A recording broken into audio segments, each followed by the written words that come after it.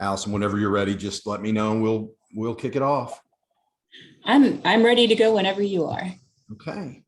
So welcome to this session. And we're starting a new series in our OTL sessions called Lessons from the Pandemic. And it's really broadly just what have faculty learned? What do we think students have learned about this wild time, and how can the technology and how can online learning help with some of the problems, challenges, and lessons that we've learned. And with me presenting today is Dr. Alison Buck. She's an assistant professor of sociology who's interested in equity, inclusion, and also the scholarship of teaching and learning. And I'm really excited to hear this perspective and what she has to offer relative to this social communications platform. So take it away, Dr. Buck. All right, thanks so much, Chris.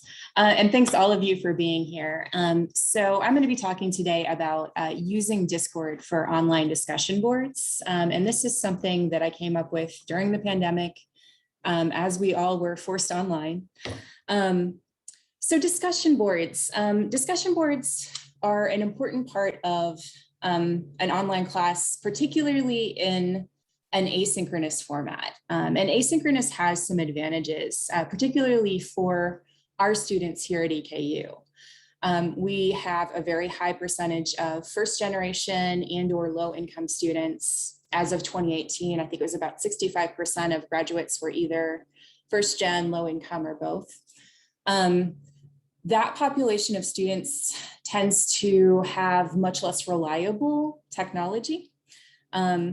So having this asynchronous platform allows them to not have to rely on technology that might not be as useful for, sharing video, things like that. So within this kind of asynchronous format, discussion boards, when they're well designed, they can really promote a sense of community amongst students. Discussion boards, when you have prompts that are written fully and correctly, when you have instructions that are clear, they allow students to communicate with each other in a setting where otherwise they may not be having a lot of contact. And they can also really foster student learning. Students, having this kind of virtual forum in order to talk to each other and learn from each other, it approximates a classroom discussion. And the literature shows this is really something that can foster student learning. But with COVID, it really increased the burden of online work. Over 20% of students were struggling to keep up with all of these classes going online. So the problem here is, how do I keep discussion boards engaging and accessible to students during this pandemic? During, last year when we were all online, when students couldn't come to campus, how do you keep these discussion boards useful to students? How do you keep them something that the students want to engage with?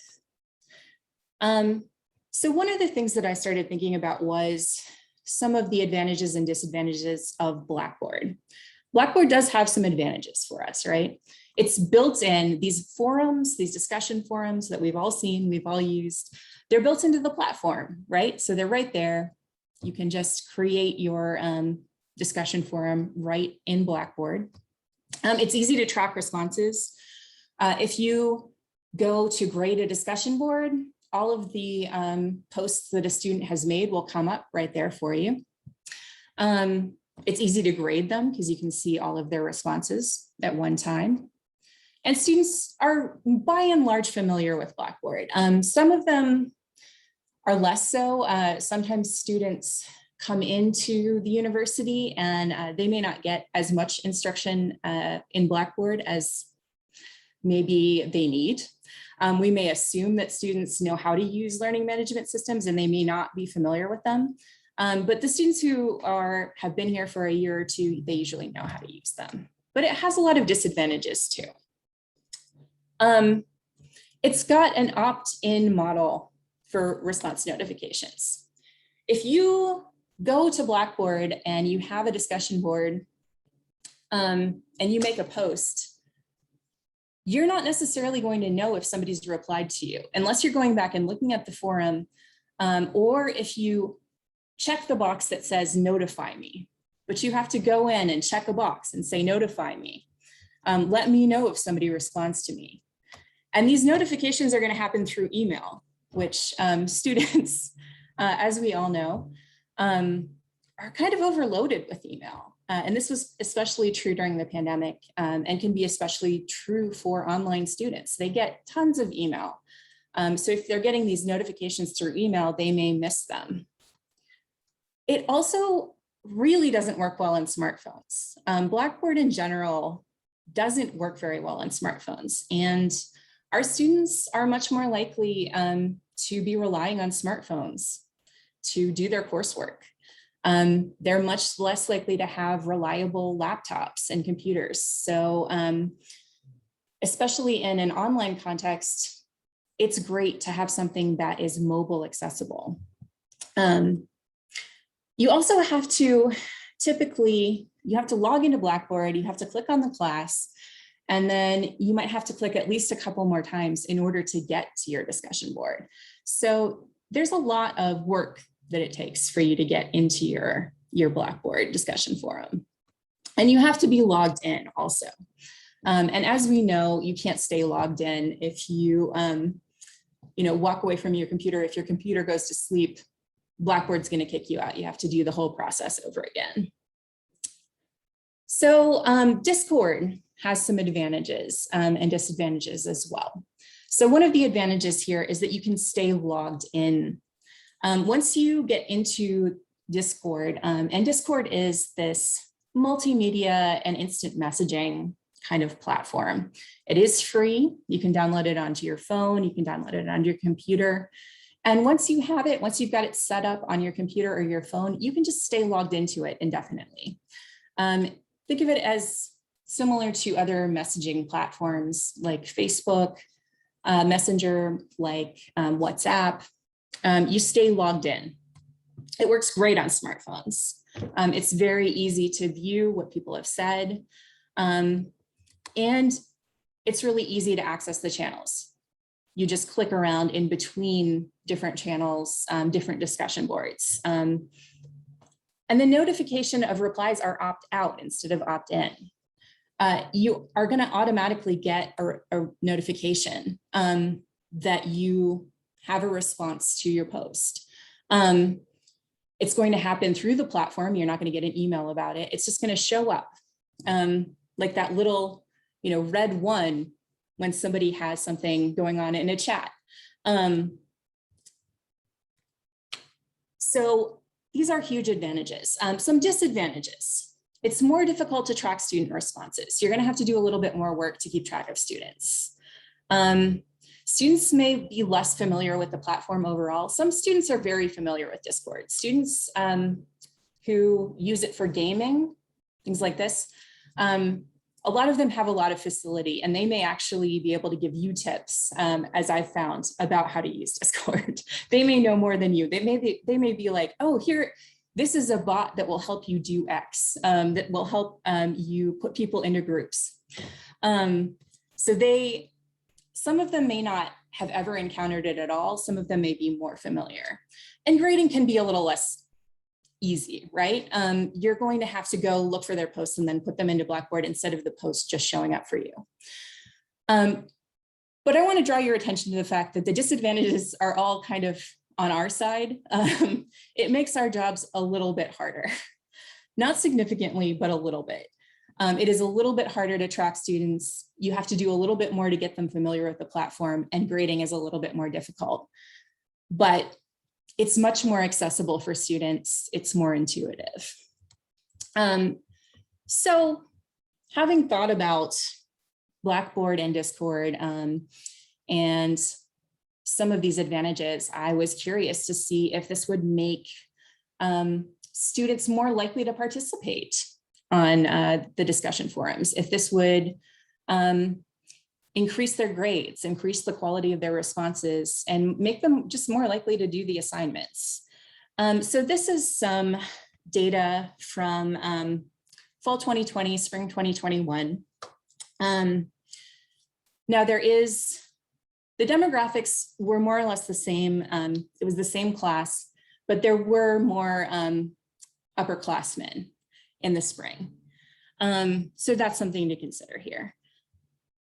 But here we go. So when we have Blackboard in the fall, you can see that the response rates kind of are really high for the first one and then they go down. When we use Discord, we still see a decline from the first discussion board to the other ones, but overall, the response rates are higher. And again, this is really preliminary data. I didn't do significance testing on it. I also looked at rubric scores. So like many of you, I have a rubric that I use to grade discussion posts. We have response clearly and completely responds to all parts of the prompt, reflect deep, thoughtful engagement, down to response posts don't address all parts of the prompts or answer them in a short, cursory fashion. Comments are off topic. So when I looked at spring versus fall here, again, you can see that overall, spring scores tend to be higher. People tended to post higher quality responses. They were less likely to forget to post follow-up. So I have them do an initial post and then I have them respond to a classmate. They were less likely to forget to respond to a classmate on Discord. And that may be because they could see other people responding to each other. And it was easy for me to remind them as well. So I also want to give you just some examples of feedback that I've had from students about using Discord in these online classes. So this is something somebody said to me unsolicited this semester. I feel like the use of Discord as opposed to Blackboard helps discussions feel more relaxed and less of a chore for a grade. Just got general comments that they liked having something different. This was a student replying to a different student, not replying to me. Glad you asked about the length of the paper. I was kind of wondering the same thing, hadn't asked yet. Having Discord is really so helpful. So this really, as opposed to a forum where people post questions on Blackboard, other students might not necessarily see those posts. In Discord, this one student posted a question, how long is the paper supposed to be? And the other students could see it right away. It showed up really easily for them. I think it's awesome that Discord is being used for this class. This was obviously a student who was previously familiar with Discord. Most don't realize what a good social and communication tool it truly is. I love this one. I have to admit that I had no clue to what Discord was, lol. In my defense, I'm 45. I had to get my 14-year-old to help me, but it seems like an awesome way to communicate compared to trying to do it through Blackboard.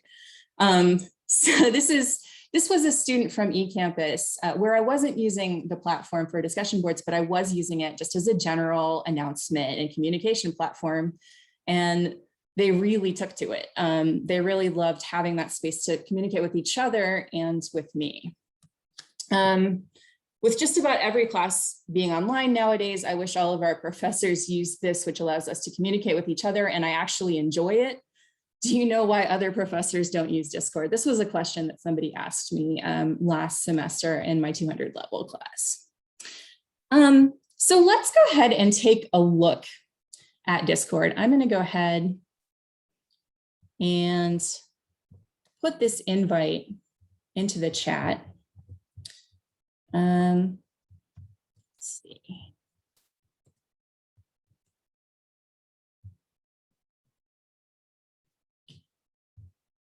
Let me grab that for you. Did everybody get the message?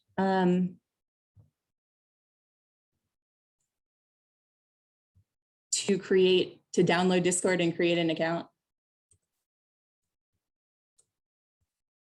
Folks, okay. Okay, so I've set up, oh, whoops. I've set up an example server for you. So if you want to click on that, it should get you into Discord.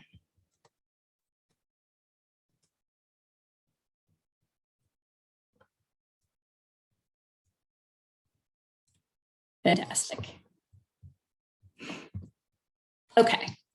So this is just an example server that I've put together. So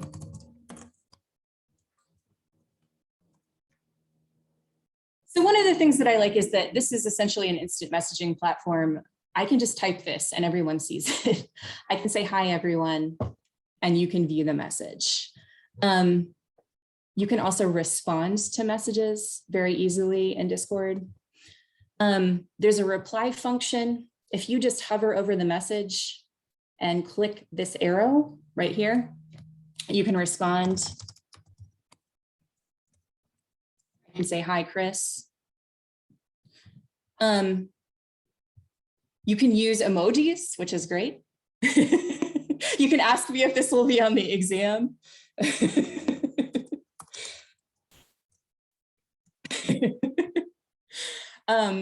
You can use emoji responses to other people's posts. It's a much more instantaneous and easy way to communicate with other people. And you can also set up a variety of different types of channels here. So I have this category is just general course information. We've got GIFs, yeah. There's stickers, but you have to get the paid version to do that. So don't worry about that. It's really easy to upload files as well. Very easy. So I have these different categories. So you have this general course information category. I like to give them some information on how to use Discord. And one thing that I strongly recommend, if you have students who've been using Discord for gaming, they'll have all kinds of crazy usernames. I use the example Waluigi 2020, but they'll have, you know, all kinds of different usernames in here. So I say, pick a name that I can connect with your name in Blackboard. And also pick something that's appropriate for a classroom setting. If you wouldn't ask your professors to call you it, you probably don't want to use it here. And they can change their nicknames without it changing their nicknames in other servers. So they can still be Waluigi 2020 in their gaming server, but they can be, you know, Brian Jones here in the classroom server. And it's fairly easy to change that as well. If you go down to your name and user settings, you can edit your username and change it to whatever you want. I could change it to Dr. Alison if I wanted to. Okay. So categories, again, it's good to have kind of general information. People want to ask, will this be on the exam? How long is the paper supposed to be? Things like that. I like to have a channel for that. I like to have a channel where I post the syllabus and anything else that they might want to have. And I like to have a separate category for discussion boards. This is great because then they can easily go and find those. If you want to do other kinds of assignments, you could create another category for those. If you want to create a new category, you're just going to go to this little arrow next to the server name, and then you can create category, assignments, and then you can create whatever kind of channels you want to have in here. I could create one that says final paper if I wanted to. It's also very easy to move stuff around. You just kind of drag and drop, which is, as probably all of you know, much easier than it is to change things on Blackboard. Blackboard is a little bit more difficult. I like to put a pet photos channel on here. Students usually really love this, or some kind of other just for fun. You could create, if you have extra credit assignments, you could create a new category and some new channels for that. So all of these are text channels that we've looked at so far. You can still post images and links and things like that. You can also do a voice channel. I see that Nadim is in here. So I have a weekly office hours channel. And you can go in here, you can chat, you may have to unmute yourself. You can also do video, you can turn your camera on, you can share your screen. I won't do that because I'm not sure how that'll complicate the Zoom call. But this is a great way if you want to hold your office hours right here in your class server, you can do that very easily. It'll ask you how the call went. The video on Discord is not always the best, but the audio is usually just fine, and students tend to like that just fine. I also want to show you how to pin posts. So if I wanted to say, everyone, welcome to the example server. I want people to be able to find this later. I can click on this ellipsis here that comes up when I hover over the post, and I can pin it. And then you can get to the pins. If you click on this, it's just shaped like a push pin. You'll see all of the pinned posts in that channel. One other thing that I want to show you for sure. Ooh, more pet photo. Oh, I have to stop and look at the picture of the dog. Okay. One other thing I really want to show you here is rules. So again, if you want to change anything about the server, you click on this right here. You can go to server settings, roles, and you can create different roles with different permissions. The reason that I really want to mention this is if you have a big class, or let's say you're using the same server for a couple different sections of the same class, which is something that I do, you might want to do something like discussion group 1. And then you can create discussion group 2 as well. When you're creating other roles besides your own, it's a good idea to look through these permissions and decide what permissions do you want students to have and what do you not want them to have. You probably don't want students to be able to manage other students' nicknames or kick people from the server, for instance. So you can look through these, make sure that this all squares up with what you want, and then you can save the changes. And then let's say I wanted to assign people to discussion group 1. I could say, okay, Brittany Davis and Matt and Dr. O are all going to be in discussion group 1. And then let's say I only want group 1 to be able to view this discussion board.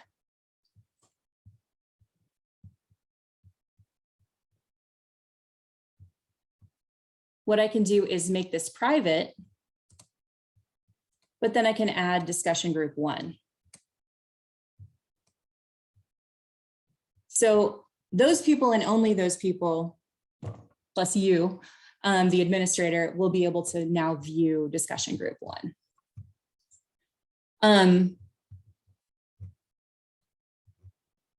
I love that people are posting cat photos and dog photos in this. So those roles are really, really useful and important. You can also direct message people. Sometimes students, if they have a question for me, but they don't necessarily want other people to see it, they want to tell me, something that's going on with them, like, hey, my grandfather is in the hospital. Can I get an extension on this paper? They can just direct message me. So I could just click on somebody's name and say, hey, Dr. Winslow.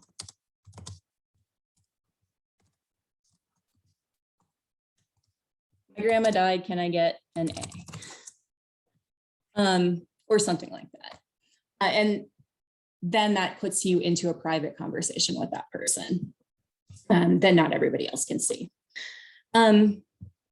If you want to create your own server, I have a lot of servers, but you may not.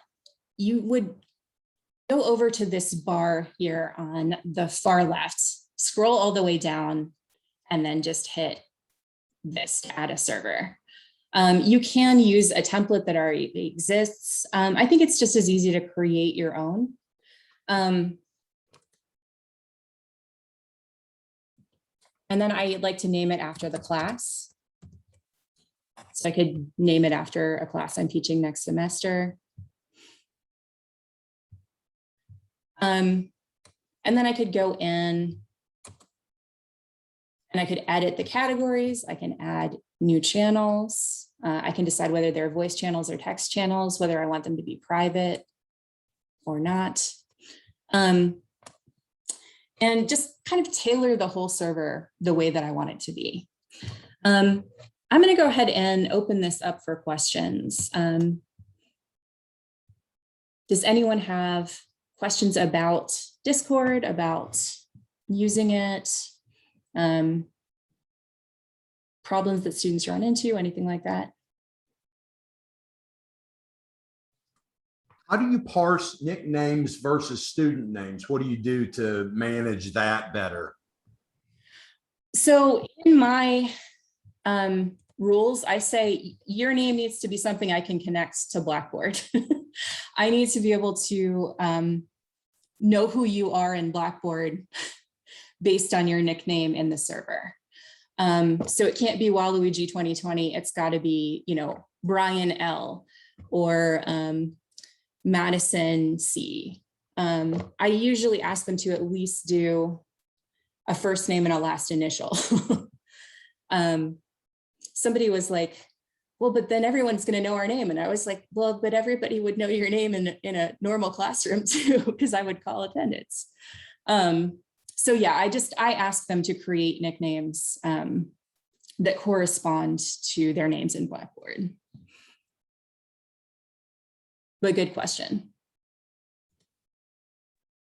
So the grading aspect, I will not lie to you, it is more challenging to do grading of, say, a discussion board than it is in Blackboard. I'm going to change this discussion board back to something everybody can see. So let's say, here's how I find student posts and then grade them.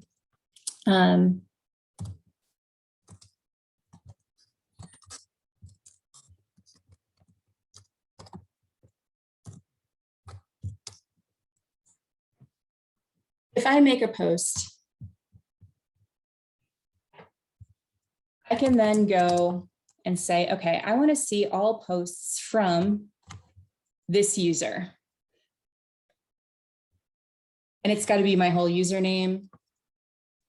And then I can say, I want to see all posts from this user in session board 1, group 1. So then all of the posts that I had made in that channel will now come up. So when I go to grade this, I can do, all posts from Sarah Hazelmeyer or Melissa Wyatt in discussion group 1 or board 1, group 1. And then I can have this open and then go to Blackboard. And then I can go into my rubric and assign the points however I want, just like I would if it was in Blackboard. And I'm looking at all of their posts that they've written right there. So the search functionality is actually pretty good here. And that it's definitely a little bit more time consuming on our end than just going straight into Blackboard. But it works. You're not just having to scroll. You can like search for the posts. Other questions, other concerns that you would have about using this, or? Hello, this is Melissa. I just wanted to ask, do you still use the email with your class, or do you only use Discord? I would just be concerned, like one student maybe not using or not checking the email. I mean, do you specify which one, like I'm only sending notifications on Discord? That's a great question. I put technology requirements in the beginning of my syllabus, and I say it's a requirement that you must check your email every 48 hours, your EKU email. You need to be on the Discord server, and you need to be checking that every 48 hours. And you need to be checking Blackboard at least once every 48 hours. What I usually do, Okay.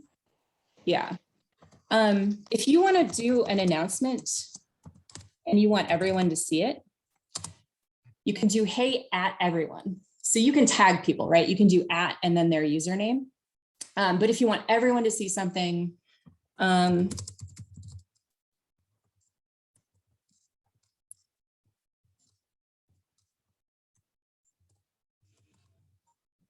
could say, hey, the exam's 500 pages long and it's due tomorrow. And then they would all see that. So I can do that. And I usually do. I'll send like deadline reminders this way. I'll be like, hey, by the way, your initial post for your discussion board is due, Monday at noon. But then I'll also a lot of times send out the announcement on Blackboard as well. So they're getting like an email, but they're also getting this through the Discord. So that kind of, covers me on both fronts. Okay, thanks. Yeah.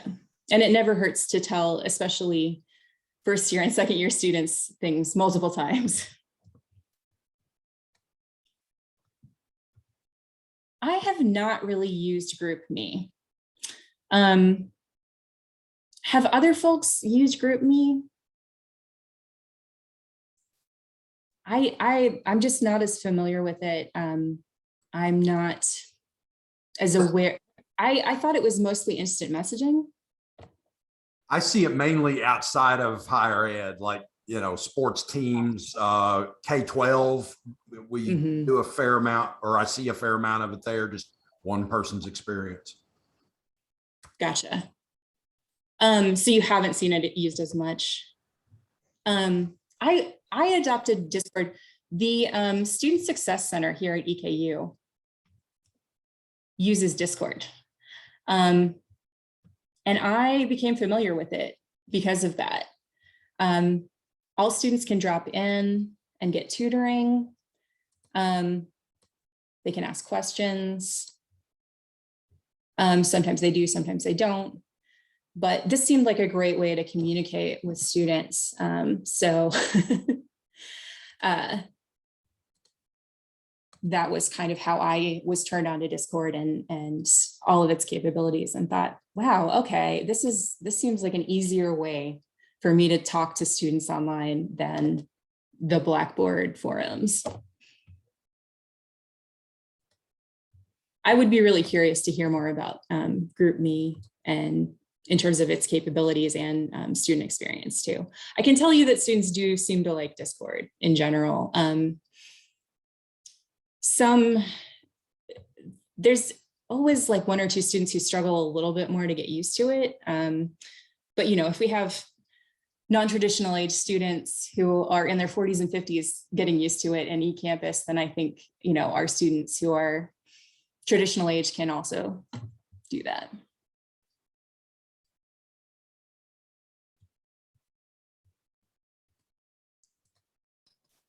Hi, Alison. This is Richard Osbaldiston from the Psych Department.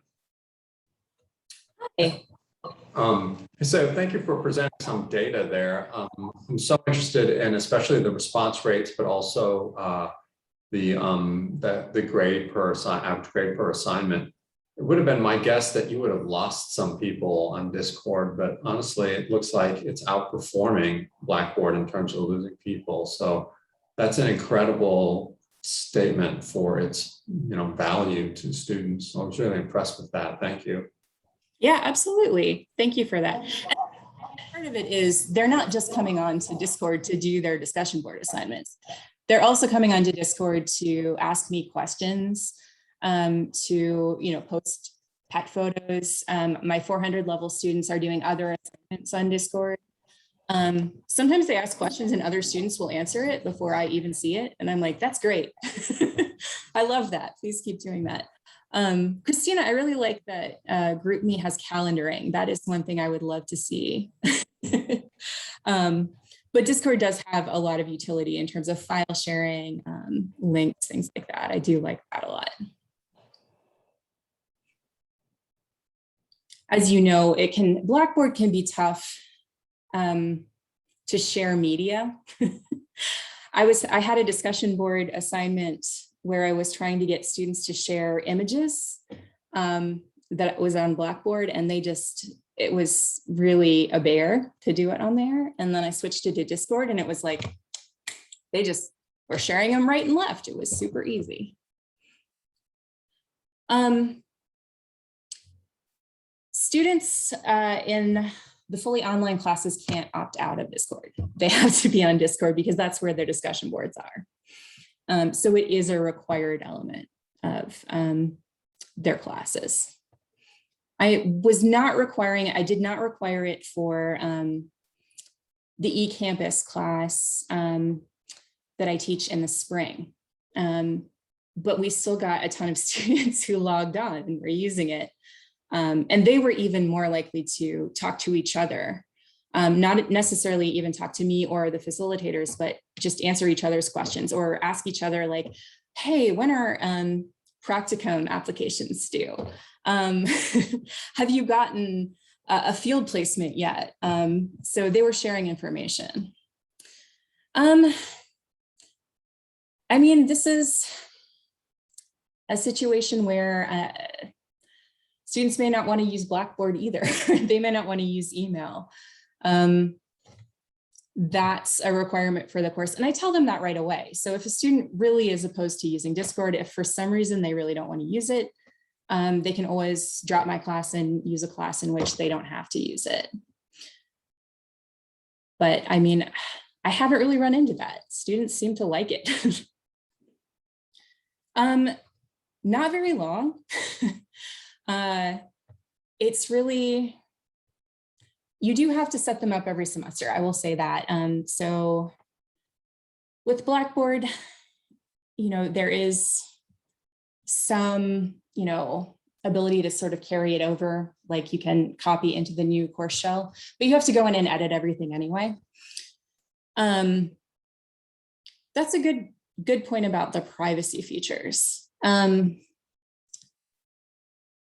I would be curious to hear more about that. Because our Student Success Center was using it, I figured that it must have reasonable privacy protections, but maybe that was not a good assumption. But with the discussion board assignments, I mean, once you have one set up, like let's say I have in my 200 level class, I have 3 discussion groups. So I set one up and then I just copy and paste into the other 2. And it takes me a matter of minutes. It's very easy. In some ways, it's easier than setting it up on Blackboard, even if I'm copying, into a new course shell from my previous semester. Because there's always dates and times and things like that that need to be edited.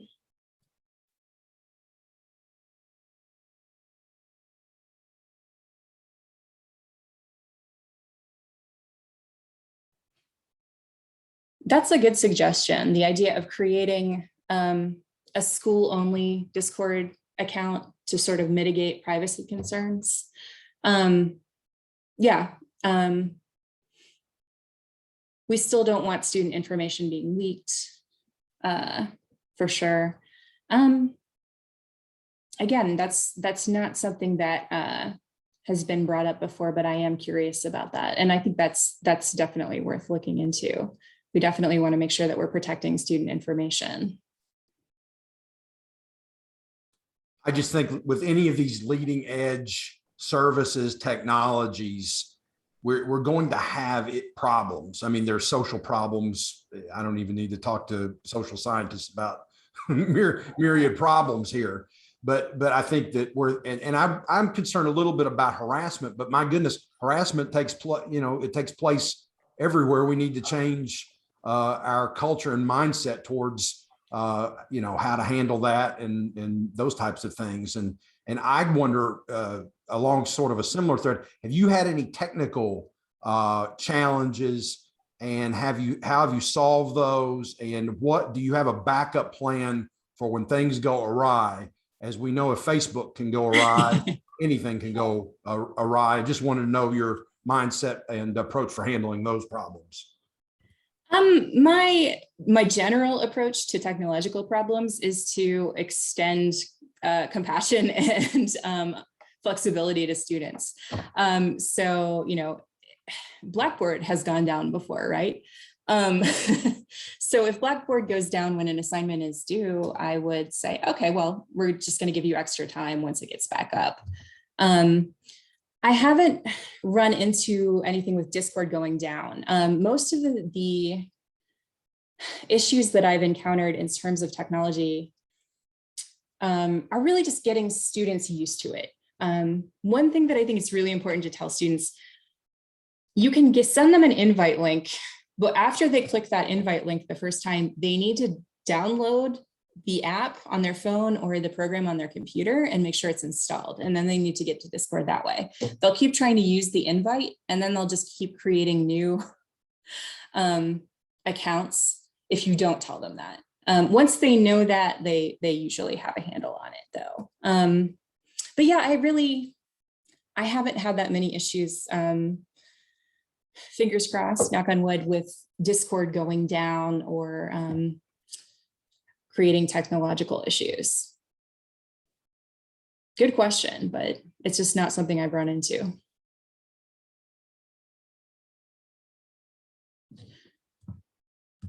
That's a good question. I haven't found the need to download them, just because I can go back to my old servers and look them up. I never delete them. I still have that information. It's still here in Discord. You can obviously copy and paste, but that's a little bulky. That's a great question. I haven't looked into downloading them, just because I've always been able to go back and look at all of their old submissions.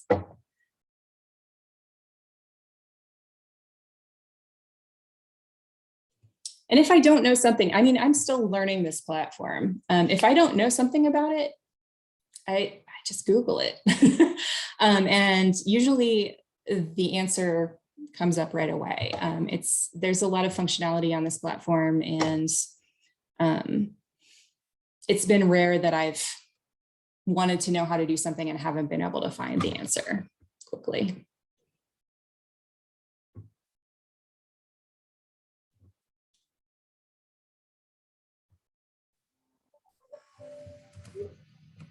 Any other questions for Dr. Buck or the good of the order? This is wonderful. I'm so glad you brought data and also a perspective on your actual real use of this tool with your students. This is the type of thing, as I've mentioned before, that faculty want to learn from faculty, and they're doing that today. So I just really appreciate your time, and thanks to the rest of you for coming and showing an interest. We really, really appreciate it. Thanks to all of you. This was great, and I really appreciate your questions. I think you raised some really excellent questions about Discord and about the use of different platforms. So thanks a lot, and thanks very much, Chris, for making this possible. Oh, thank you so much.